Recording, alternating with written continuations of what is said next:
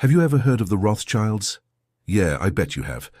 But what if I told you there's another dynasty out there that's just as powerful and wealthy, yet way more under the radar?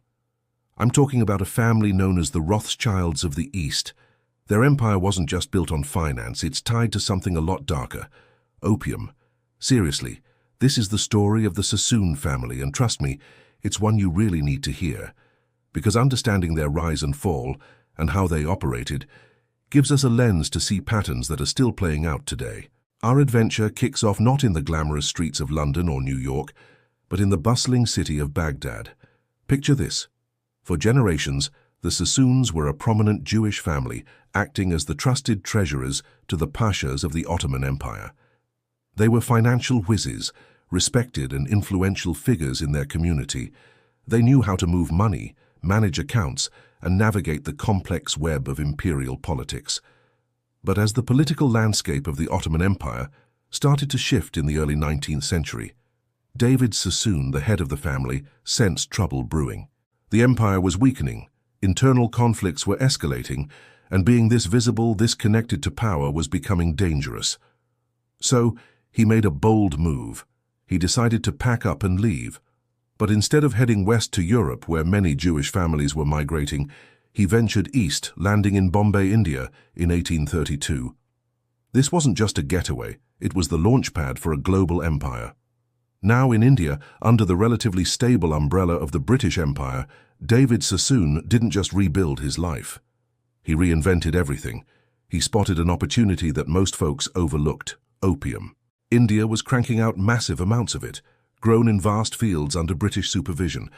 And just across the sea, China had an insatiable, tragic appetite for the stuff. The British East India Company was already in the game, but there was room for private merchants who knew how to operate efficiently and discreetly. David wasn't the first to dabble in opium trade, but he took it to a whole new level.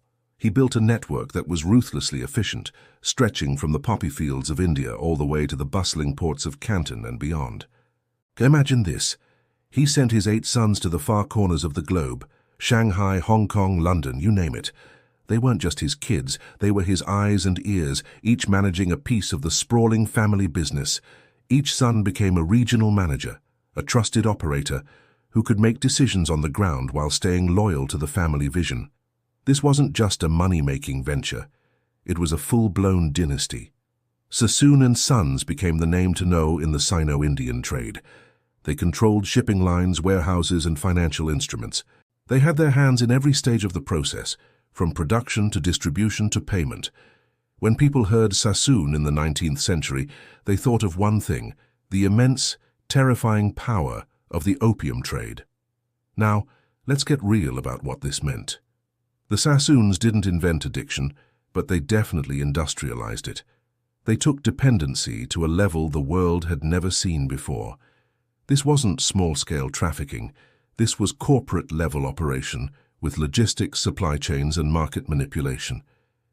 Their trade was at the heart of the Opium Wars, where Britain clashed with China to force the country to accept opium imports.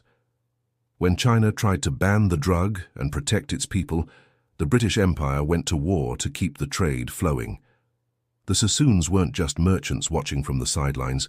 They were key players in this dark chapter of imperial history, raking in wealth as the social fabric of China was ripped apart by widespread addiction. Entire communities were destroyed, families fell apart, the economy suffered, and the Sassoons profited from every ounce of misery. They were literally rewriting the rules of empire, using addiction as a tool for economic and political control. Their influence? Absolutely staggering. They took their immense profits and diversified into textiles, real estate, and banking. They weren't content to stay in one industry. They spread their wealth across multiple sectors, ensuring that even if one market collapsed, they'd still be standing. They built docks in Bombay that transformed the city's infrastructure. They erected towering skyscrapers in Shanghai that defined the skyline. They constructed lavish mansions in London that became the envy of British aristocracy. The famous Bund in Shanghai, that iconic waterfront area that tourists flock to today, was largely developed and owned by the Sassoons. Their wealth was so legendary that they earned the nickname the Rothschilds of the East. But it wasn't just about money. As they climbed the social ladder, they sought power and acceptance among the elite. They wanted legitimacy, respect, and influence in the highest circles. Several members of the Sassoon family made the leap to England, assimilating into British aristocracy and even snagging seats in Parliament. They rubbed shoulders with the royal family, including King Edward VII, attending the same parties, dining at the same tables, influencing the same policies. Just think about that for a second. A family whose fortune was built on the forced drug trade in China was now shaping policies in the British government. They had the ear of lawmakers. They could lobby for favorable trade regulations. They could protect their interests from the inside. This is the ultimate story of assimilation and influence. A complex balancing act of holding on to their Jewish identity while becoming pillars of the very empire that facilitated their rise. They didn't stop there. The Sassoons became patrons of the arts, philanthropists, and public figures.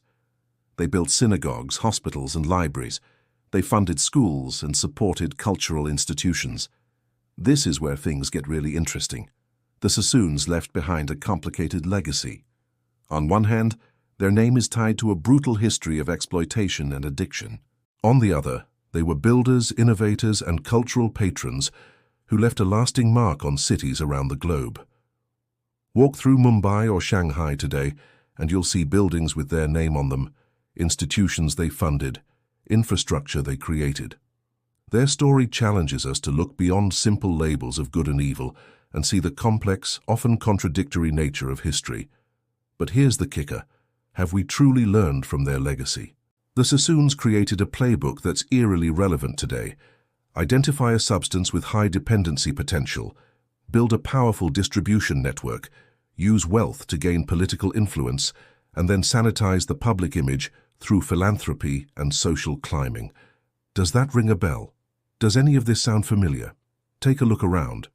When you see pharmaceutical giants marketing powerful, habit-forming painkillers, raking in billions, while communities are devastated by an overdose crisis, aren't you seeing echoes of the Sassoon strategy?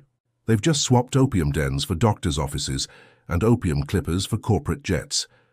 The substance has changed, but the system hasn't. The playbook remains the same.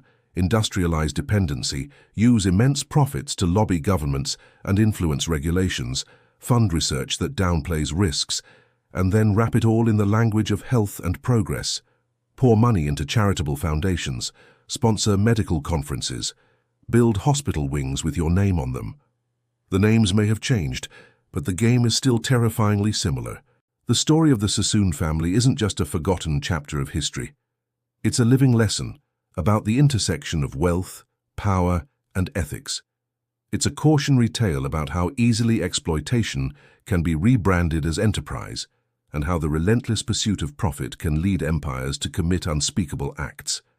It forces us to confront uncomfortable questions about the foundations of our modern global economy and the powerful corporations that shape our world today. Who benefits from the systems we've built? Who pays the price? And how do we tell the difference between legitimate business and legalized harm? The ghosts of the Sassoons are all around us. We just need to know where to look. As we wrap this up, I want you to think about the complexities of their legacy. The Sassoons were not just ruthless capitalists, they were also cultural icons and philanthropists. They left a mark on art, architecture, and society that still stands today. But at what cost? How many lives were destroyed to build those monuments? How much suffering funded those charitable works? Their story serves as a reminder that history isn't black and white. It's filled with shades of grey. The impact of their actions still reverberates today, shaping the world we live in, influencing how we think about business, power, and morality. Thank you so much for sticking around and diving into this fascinating history with me. If this story made you think, please hit that like button and subscribe for more hidden histories that still shape our world. So I'd love to hear your thoughts in the comments below. What do you think about the Sassoon legacy? Is it a tale of innovation and success, or does it represent something much darker? Can't wait to see you next time.